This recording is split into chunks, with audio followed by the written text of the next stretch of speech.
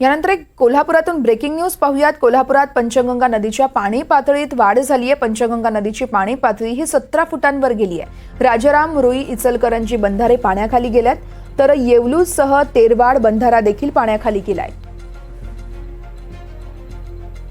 तर या संदर्भात आढावा घेतला आमचे प्रतिनिधी विशाल पुजारी यांनी, आपण तो पाहूयात। कोल्हापुरात आज सकाळपासून पावसानं जोर धरल्याचं पाहायला मिळते। राधानगरी, गगनबावडा, शाहूवाडी या सर्व भागांमध्ये सध्या मुसळधार असा पाऊस सुरू झालेला आहे। यामुळे धरण क्षेत्रातल्या ज्या पावसाचं प्रमाण आहे ते वाढल्यामुळे पंचगंगा नदीच्या पाणी पातळीत वाढ झाल्याचं पाहायला मिळते। माझ्या पाठीमागची संपूर्ण दृश्य आहे जी पंचगंगा नदीची आहेत। पंचगंगा नदीची पाणी पातळीत हळूहळू वाढ होत सुरू झालेली आहे।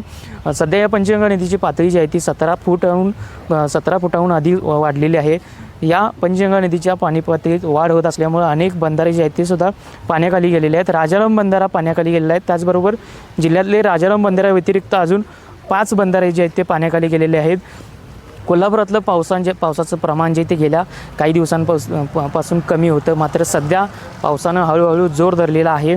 या पावसाच्या वाढत्या प्रमाणामुळे जिल्ह्यातली बंधारे पाण्याखाली गेलेले आहेत। धरण क्षेत्रातल्या पाणीसाठ्यामध्ये वाढ होत असल्याचं पाहायला मिळतं आहे। त्यामुळे जून महिना संपल्यानंतर आता जुलै महिन्याच्या सुरुवातीला जरासं पावसानं जोर धरल्याचं सध्या पाहायला मिळतं आहे। विशाल पुजारी, NDTV मराठी, कोल्हापूर।